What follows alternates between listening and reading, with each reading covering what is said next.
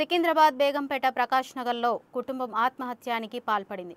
కుమార్తె వివాహం కోసం తన ఇంటిని తాకట్టు పెట్టి ప్రైవేటు ఫైనాన్స్ ద్వారా రుణం ఇప్పించమని ఓ దళారిని ఆశ్రయించడంతో దళారి దినకర్ వారిని మాయమాటలతో నమ్మించి ప్రైవేటు ఫైనాన్సర్ వద్ద రుణం కావాలంటే ముందస్తుగా సంతకాలు చేయాల్సి ఉంటుందని దొంగచాటుగా దినకర్ అనే వ్యక్తి అతని భార్య రజనీ పేరిట ఇల్లు రిజిస్టర్ చేయించుకున్నట్లు బాధితులు తెలిపారు. హైదర్గూడ మహారాష్ట్ర బ్యాంక్లో బేగంపేట ప్రకాష్ నగర్లో ఉన్న ఇంటి పేరిట ₹1 కోటి లోన్ తీసుకున్న దళారి దినకర్ అయితే ఈ విషయం తెలియడంతో కిరోసిన్ పోసుకుని భరత్, అనసూయ, భూషణ్ ఆత్మహత్య యత్నానికి పాల్పడ్డారు.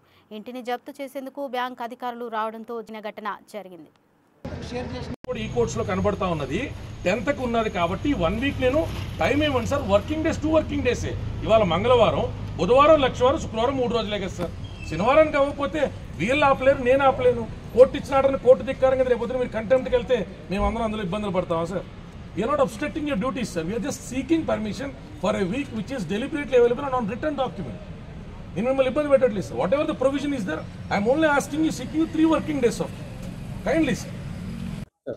భూషణ్ అని చెప్పి ఇక్కడ ప్రకాష్ నగర్ సంబంధించి కాలనీలో ఉంటారు. ఈ భూషణ్ గారిని ఒక వ్యక్తి అవసరార్థం డబ్బులు ఇస్తాను అని చెప్పి ఒక 4 లక్షలు 5 లక్షల రూపాయలు చేతిలో పెట్టి ఒక 50 లక్షల రూపాయలు ఇచ్చినట్టుగా ఒక దొంగ డాక్యుమెంట్ ద్వారా ఇతను ప్రాపర్టీని, వైఫ్ ప్రాపర్టీని కూడా రిజిస్ట్రేషన్ చేసుకోవడం జరిగింది 2019లో. ఆయన రిజిస్ట్రేషన్ అయిపోయిందన్న సంగతి వీరు నిరక్షరాస్యులు అవడం, ఆటో నడుపుకుంటా జీవనోపాధి మీద ఉండేటువంటి వ్యక్తుల కింద వీళ్ళకి అవగాహన లేకపోవడంతో లాక్డౌన్ తదనంతరం 2021 ఆఖరు 2022లో ఒక కోర్టు నోటీస్ వచ్చినప్పుడు వీళ్ళకి తెలిసింది బ్యాంక్ నుంచి వచ్చినటువంటి నోటీసు వీళ్ళ ప్రాపర్టీ అనేటువంటిది లోన్కి వెళ్ళింది అని. మేము ఎప్పుడు ఏ బ్యాంక్ ఉమ్మని దొక్కలే, మాకు లోన్ ఏంది, ఆ లోన్కి సంబంధించి మేము కట్టడం ఏందని వీళ్ళు ఫస్ట్ టైం బ్యాంక్ని అప్రోచ్ అయినప్పుడు వీళ్ళ పేరు మీద కాదు, ఎవరైతే 4-5 లక్షల రూపాయలు ఇచ్చి వీళ్ళ దగ్గర సుమారు 1.5 కోటి ప్రాపర్టీని రాయించేసుకున్నాడో ఆ వ్యక్తి, అతని భార్య కలిపి వీళ్ళ దగ్గర చేయించుకున్నది జీపీ కమ్ సేల్ కాదు, డైరెక్ట్ సేల్ రిజిస్ట్రేషనే. చేయించుకున్న తెల్లారే బ్యాంక్లోకి వెళ్ళి పెట్టి దాని మీద ₹1 కోటి లోన్ తీసుకొచ్చారనేటువంటి పిడుగులాంటి వార్త వీళ్ళ దృష్టిని పడింది. అప్పటి నుంచి వీళ్ళు పోలీస్ స్టేషన్ల చుట్టూ తిరుగుతూ ఆ రజనీ, దేవరపల్లి రజనీ, అలాగే ఆ భర్త మీద కూడా కేసు పెట్టడానికి ప్రయత్నించినప్పుడు అది సివిల్ ఇన్ నేచర్ కాబట్టి పోలీసు వాళ్ళు కూడా వాళ్ళ ప్రయత్నం వాళ్ళు చేశారు. మధ్యలో కూడా వాళ్ళ పాపం 2-3 అడ్వకేట్ల దగ్గరికి వెళ్ళారు. వాళ్ళు సరైన గైడెన్స్ ఇవ్వకుండా పార్టీషన్ సూట్ అని రకరకాలుగా చెప్పారు. ఇప్పుడు మొన్న రీసెంట్గా నా దగ్గరికి వచ్చినప్పుడు వీళ్ళకి నేను ఫ్రీ అడ్వైస్ కింద cancellation of sale deed, fraudulent activity మీద జరిగినప్పుడు సేల్ డీడ్ రివోకేషన్ జరగచ్చు కాబట్టి దాని మీద ఉన్నటువంటి ప్రొవిజన్ చెప్తే వారు వాళ్ళ పెద్దనాన్నగారు వాళ్ళ ఊర్లోనే అడ్వకేట్ ద్వారా అక్కడ క్యాన్సిలేషన్ ఆఫ్ సేల్ డీడ్ అనేటువంటిది ఫైల్ చేయడం జరిగింది. 3 వారాలు అయింది. 10వ తారీఖు ఈ నెల డేట్ ఉన్నది.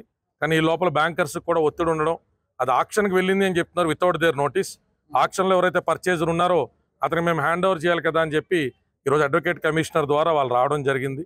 బట్ నాకు నేను నైబర్ కార్ట్ నన్ను రిక్వెస్ట్ చేసినప్పుడు నేను వాళ్ళ అడ్వకేట్ కమిషనర్కి పర్సనల్గా నా పూచిగత్ మీద, నా లెటర్ హెడ్ మీద కూడా నేను ప్రొవైడ్ చేస్తాను.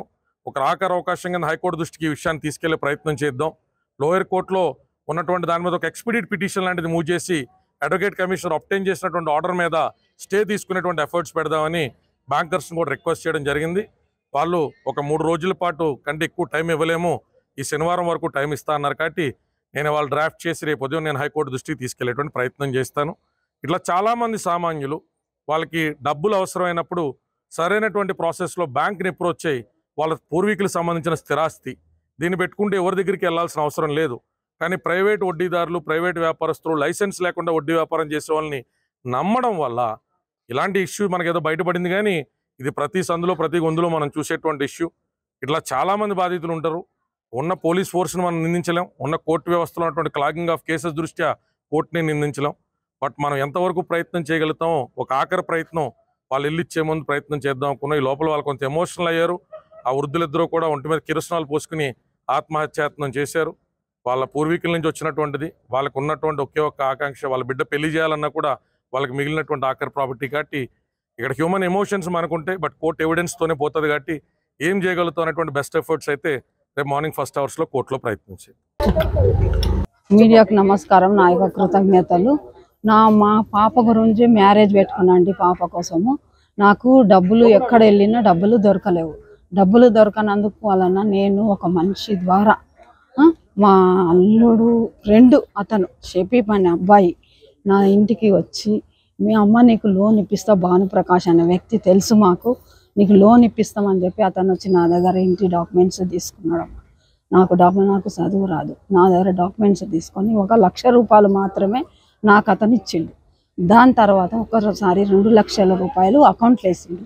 దాని తర్వాత 2 లక్షల రూపాయలు చెయ్యికి ఇచ్చిండు, అది పెళ్లి కూతురు చేసినప్పుడు ఇచ్చిండు. దాని తర్వాత మళ్ళీ 50,000 రూపాయలు ఒకసారి ఇచ్చిండు, ఒకసారి 50,000 రూపాయలు ఇచ్చిండు. దాని తర్వాత మళ్ళీ నాకు ఏ అమౌంట్ ముట్టలేదు. నాకు 35 లక్షలు ఇచ్చినట్టు నాకు 1 రూపాయి అతను చెందలేదు. అతని ద్వారా నేను 2 సంవత్సరాలున్నర నేను 15,000 రూపాయలు అతనికి వడ్డీ ఇచ్చిన. వడ్డీ తీసుకుంటుండు, నా ఇంటికి వస్తుండు, వడ్డీ తీసుకొని పోతుండు. అమ్మ నేను వడ్డీ తీసుకుంటున్నా, నీ ఇల్లు ఎంత తొందరలో తీసుకుంటే అంత మంచిగా ఉంటే నేను అన్న, సార్ నా ఇల్లు నాకు ఇచ్చేయండి, మీ డబ్బులు నీకు ఇస్తాను అంటే 20 లక్షల రూపాయలు నాకు ఇవ్వండి, మీ పేపర్లు నాకు మీకు అప్పచెప్తానని చెప్పి నాకు శంషాబాద్ ఎయిర్పోర్ట్కు రండి అని దినాకర్ గారు నాకు కాల్ చేసి చెప్పిండు. అయితే సరే శంషాబాద్కు రానండి, మీరు ఇక్కడ రండి, మీ డబ్బులు మీకు ఇస్తాము, ఎంత ఉందో మాట్లాడి మేము ఇచ్చేస్తాం రిటర్న్ అంటే, సరే నాకు ఫ్లైట్ టైం అయిపోయిందమ్మా, మళ్ళీ నేను తర్వాత 10 రోజుల తర్వాత నన్ను కాంటాక్ట్ చేయండి అన్నాడు. దాన్ని కాంటాక్ట్ చేసిన లోపలనే సీజింగ్ ఆర్డర్ మాకు వచ్చింది. దినాకర్ని పట్టుక రావాలా పోలీసు వాళ్ళ బాధ్యత, కానీ సీజింగ్కు నా ఇంటికి రావడం పోలీసు వాళ్ళ తప్పు. నా కేసు కూడా పోలీసు వాళ్ళు తీసుకోలేదు. ఇన్నిసార్లు 3 నెలల నుండి పోలీస్ స్టేషన్ చుట్టూ దిగుతాను. బేగంపేట పిఎస్సి తిరిగినా, కవాడిగూడెం పోయినా రిజిస్ట్రార్ ఆఫీస్కు, మళ్ళీ నేను గాంధీనగర్ పిఎస్ కూడా పోయినా, కానీ పోలీసు వాళ్ళు అయితే పట్టించుకోలేదు. ఈ రోజు దినాకర్ సపోర్ట్ వచ్చి, బ్యాంక్ వాళ్ళకి సపోర్ట్ వచ్చి నా ఇల్లు సీజ్ చేస్తా అన్నారు. నేను దాని గురించి ప్రాణం తీసుకొని కానీ వెనుకాడను.